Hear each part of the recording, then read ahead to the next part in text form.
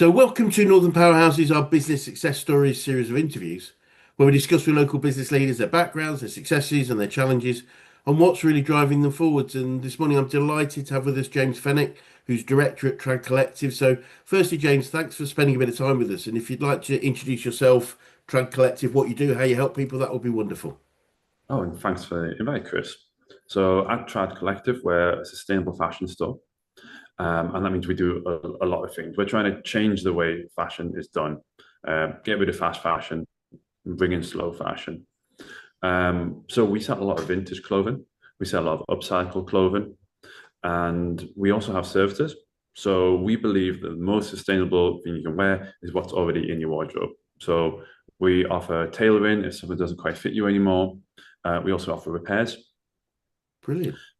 and we like to make ourselves part of keeping things in the circular economy. So it's not just us selling new clothes; we also help our customers sell their clothes.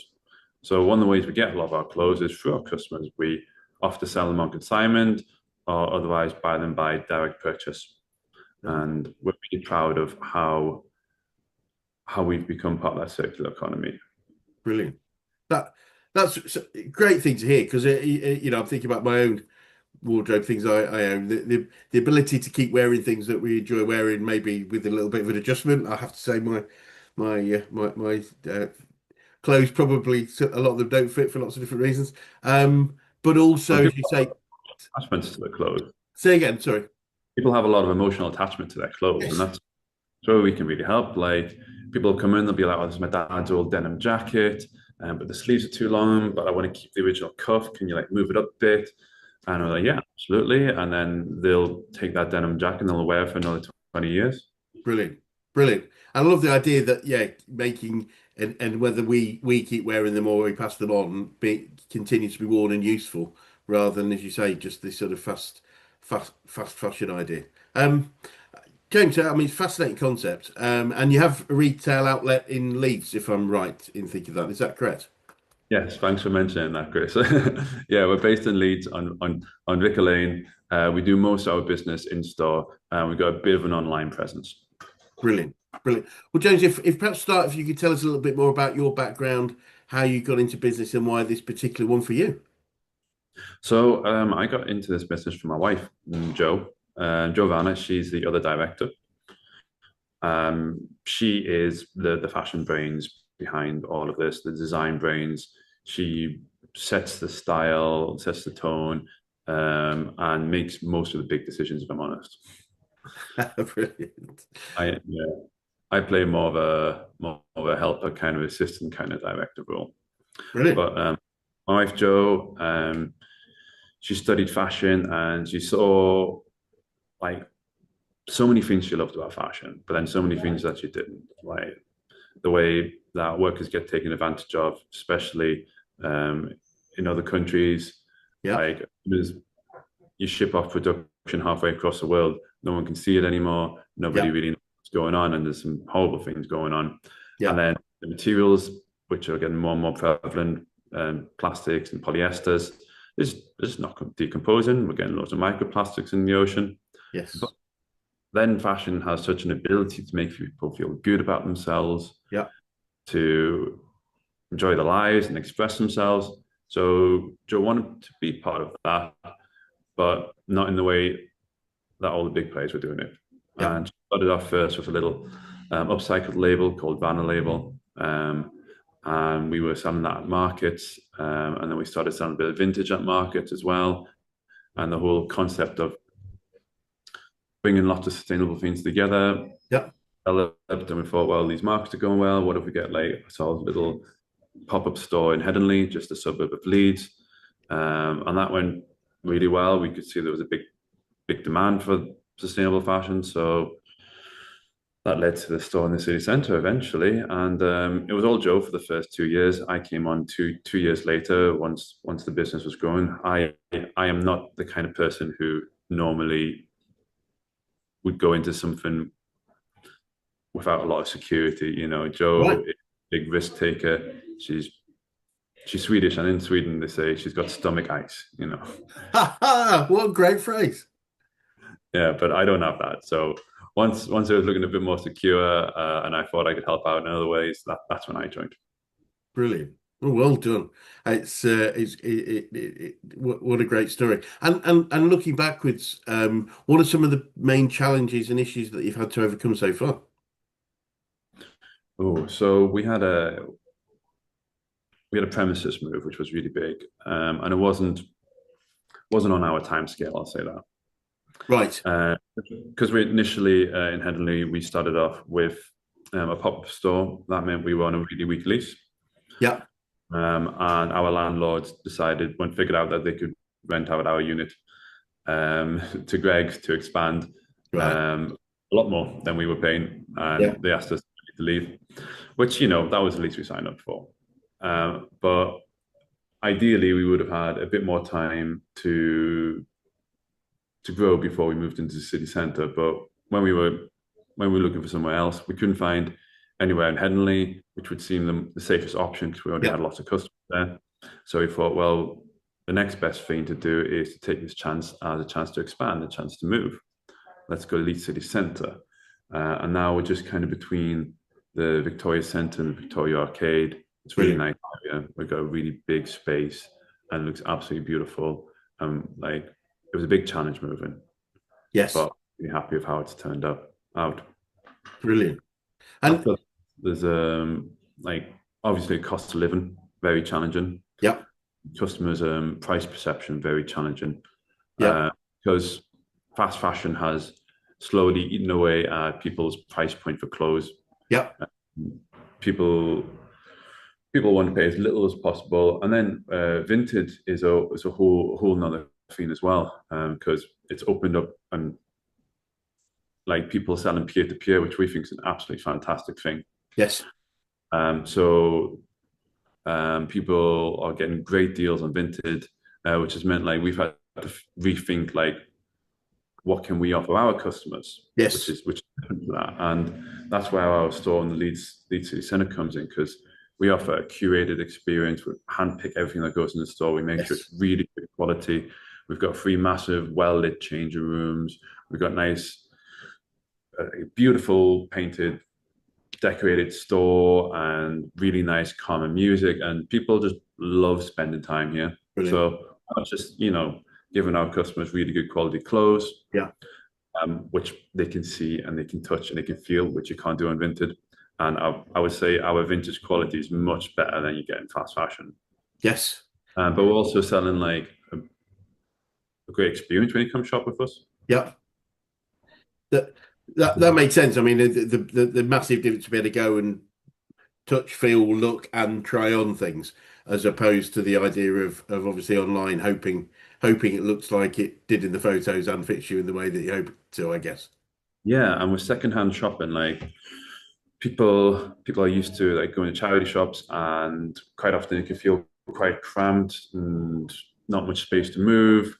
And even though you can get some fantastic bargains at charity shops, it's not always the best experience. So we wanted to offer something different to that, to the vintage shop, traditional vintage shop feel. Even though we sell a load of vintage, it feels so light and airy in here, and our customers love it.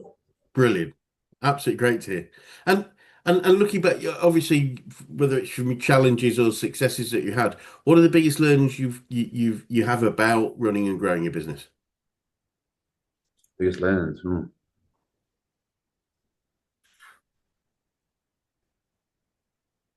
Yeah, it's probably like iterating, like really. Like quite often we'll have an idea, we'll try it out. Um, and I think in the beginning we try an idea out for a weekend and it wouldn't work, and we move on to the next one. But now we'll try an idea out for a weekend, talk about it, say how can we improve that, Brilliant. and next weekend. Um, I think in fashion retail, it's hard to tell what's a success straight Yeah. away, just over the course Yes. of you got to give it a bit of time. You got to try it in different ways and just iterate on it. Yeah. Brilliant. It. we have a phrase in Actors, but about most things, primarily marketing, but it's relevant across business. Is we call it test and measure. So try something with an ability potentially to wind back, exactly as you've done, but obviously measure the outcome. And the measurement should be, as you've identified, relevant enough. Try it for long enough to know that it may or may not work, and that iterative process of improvement is so key, isn't it? Because it's just like, yeah, okay, some of that worked, but some didn't, and if we modify it slightly, we might get an even better result. Absolutely, yeah. Brilliant. And you're probably aware we're a business coaching organisation. I'm keen to know who the best coaches you've worked with, whether that's business, sport, life in general. Who's had the biggest impacts on you? Probably Joe's dad. Right.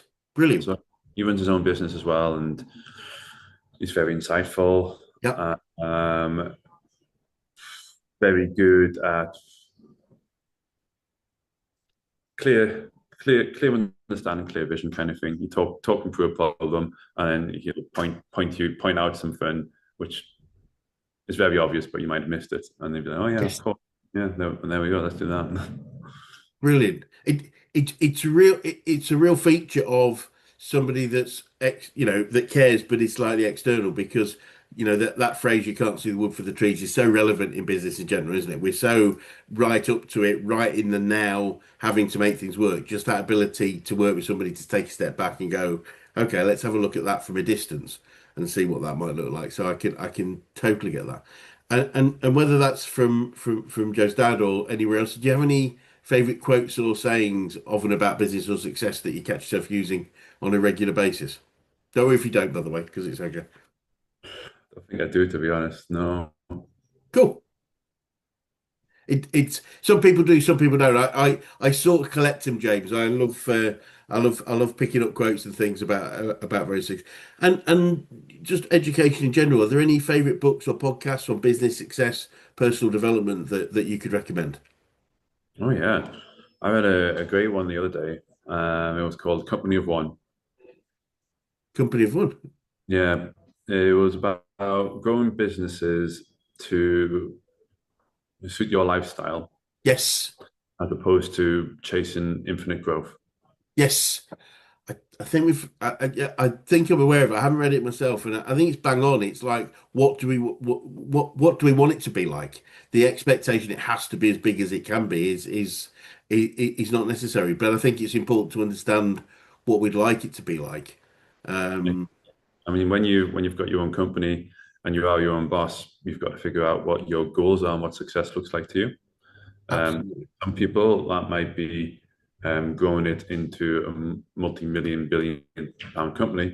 For some people, it might be growing a business to allow the lifestyle that they want. The, I couldn't agree more. I mean, one of our key beliefs about helping people grow businesses is being in business should give us more life. So let's start with what the life looks like, and something we do on a regular basis whenever we start an engagement with somebody is we do what we call an alignment, which is aligning the business goals to the personal goals of its owners. So a lot of people just focus on the business, but surely if a business is there to give us a lifestyle we choose to have, let's work out what that looks like first Yeah, and then go absolutely. from there. Brilliant. So talking about learning as personally, what would you say you'd learned about yourself throughout your journey so far? Um, I'm good at focusing in on tasks. Yeah. I can spend hours on a single task, but then I am not so good at prioritizing and deciding what's the best task to do. I Yeah. can, Okay. Yeah. I can spend a few hours on a spreadsheet, which is going to save me 20 minutes a month. Yeah. And then realize actually no, I need to get some clothes steamed and get prepared for the weekend. Maybe I should have focused on that today. Brilliant. Brilliant. And yeah, just thinking about yourself personally, you obviously mentioned early on that you're perhaps quite a bit more risk averse than Joe. How is that? How have you overcome that? Because small businesses inherently has a level of risk to it. There's no two ways about it. How have you managed that in yourself to accept the fact that there is an inherent level of risk? Um, well, I trust Joe, which is really helpful. Yeah, brilliant. And I think going into the business, because Joe had started it and been on it for 2 years before I joined, I made the decision, look, ultimately, she's going to be the one who's going to be in charge. Yeah, I've accepted that and I trust her. So if she makes a decision, which I think might be a bit riskier than I'm more comfortable with, I've already come to terms, I've already, decided that's fine before I joined the business. brilliant. And outside of that, I guess, breaking things down to smaller goals, smaller tasks, try not to get my head too fuzzed up with the big picture and the big numbers, and focus on the things I can focus on. Yeah, brilliant. And I guess there's that phrase, control the controllables. So, there's a whole bunch of Yeah. other stuff we can't control, but we can control things that are directly in front of us right now. So that makes a lot of sense. So looking forward, James, what does the future look like for you guys, and what challenges do you think you might face, if any? So looking forward, we want to change more how we source our vintage and get more into consignment and selling customers' clothes. Yes. So me and Joe were really lucky to go on our honeymoon to Japan. Wow. Yeah, it was absolutely fantastic. Wow. Yeah, it must be great. Yeah, and where the way they sell clothes is mostly through consignment or purchasing clothes from customers, and that creates a fantastic circular economy. And what we saw was people were happy to buy from them because they knew like these stores were like handpicking this stuff and getting all the good stuff, and the people were happy to sell from them because they knew they'd get money for the clothes straight away. They wouldn't have to wait around for it, and it was really big in Japan. And Right. we thought like at the moment, we're quite similar to other vintage stores where we get the majority of our vintage stock from wholesale warehouses. But that business model isn't, I don't think, as sustainable as it could be. Right. It relies on clothes being collected in countries like England, places like Europe and the US, then shipped off somewhere where the cheap labor to be sorted, and then Yes. shipped back those countries where they came from, Yeah. for them to be sold. And it is great that we are reusing these clothes, but if we could close that loop a bit more Yeah. and have so that we're taking clothes locally more and selling them more locally, that would be much more sustainable, and that's what we're trying to get towards. But that's a long journey because that's a culturally established thing in Japan. Lots of people do it, but here there's not many places, not many shops which will sell your clothes for you or buy your clothes off you. So we've got to Yes. educate people about that, let them know it's available and it's a Yeah. thing. Much easier to do than to stick your clothes on Vinted. Yeah. You know, just to bother with all the postage and the hassle of eBay. Yes. Like, That's a really good point, isn't it? I mean, Vince is an interesting model, and but there is a lot of personal admin you have to do to make that happen. Whereas coming in just to see you, and I'm sure you make it really easy for people to to to to pass their clothes on. yeah, absolutely.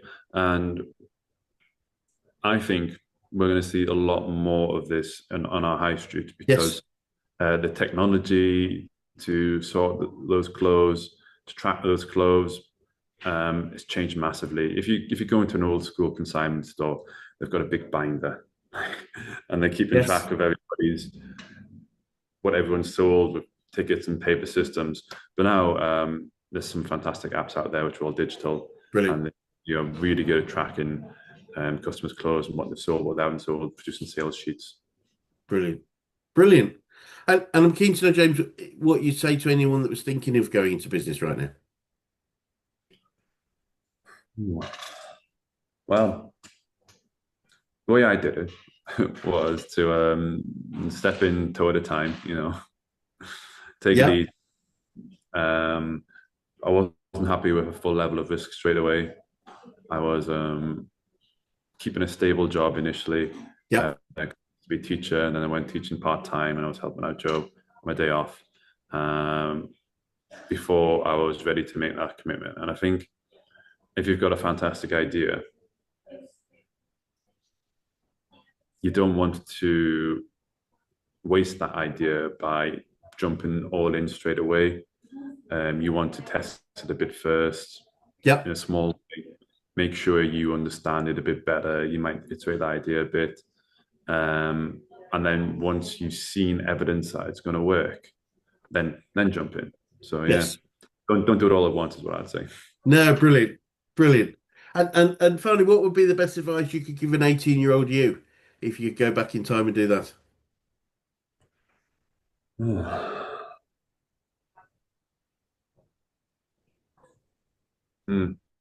Study AI is a big. Yeah, great answer. I would, yeah, no one's given that one. That would be, if you could learn AI at 18, that would be pretty cool, wouldn't it? Yeah, but like at me I'm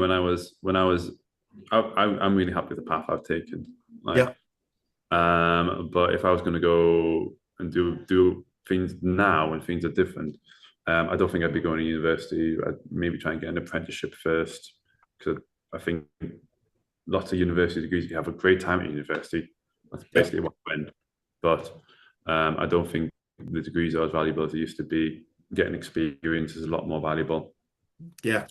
And Probably go for some sort of technical apprenticeship instead yeah, of university. And then once you've got those skills and understanding of industry, then go into business. I wouldn't advise anyone going into business until they've got skills and understanding. Work no, for someone. I absolutely agree with that. But yeah, and I think it makes sense. I think it's find the education you need, isn't it? That's the key thing is find it in the place that's best for you, depending on how you learn, what information you need. Because a lot of education and information is available in so many different ways nowadays. That university is one, and it's a valid one in many ways. But there's also lots of things like apprenticeships, Yeah. and training that you can have. And I Very think sorry, being go on. so quick with AI, and I think the workplace is more equipped at keeping up with those changes. Yeah, You'll learn more relevant things in the workplace, whereas universities are very momentum heavy institutions. It's going to be a while before they change to catch up with yeah, its own climate, I think. yeah. No, that makes sense. Absolute sense. Well, James, it's been fascinating talking to you today, and I really congratulate you on what you and Joe have achieved. And for anyone that is watching would like to learn more about you or what you do or visit the store, what's the best way of getting in touch? So we've got a website and we've got Instagram. We post a lot to our Instagram. And also, we recently started a podcast of our own. It's Brilliant. called Trad Takes, and we discuss all things sustainable fashion. Fun. 3 episodes out so far. The fourth one will be dropping this week. Brilliant. About once every week. So yeah, either look us up on Instagram, Tråd Collective Ltd, or try a podcast, Trad Takes. Or if you just search us on Google, you'll be able to get our website with our email and WhatsApp and all that. Brilliant. Well, look, be great to swing by another 6 to 12 months and just see what the next stages of the development are. But for now, thank you so much for your time. Yeah, thanks very much, Chris. Thanks for Thank you. inviting me. Good time. Thank you.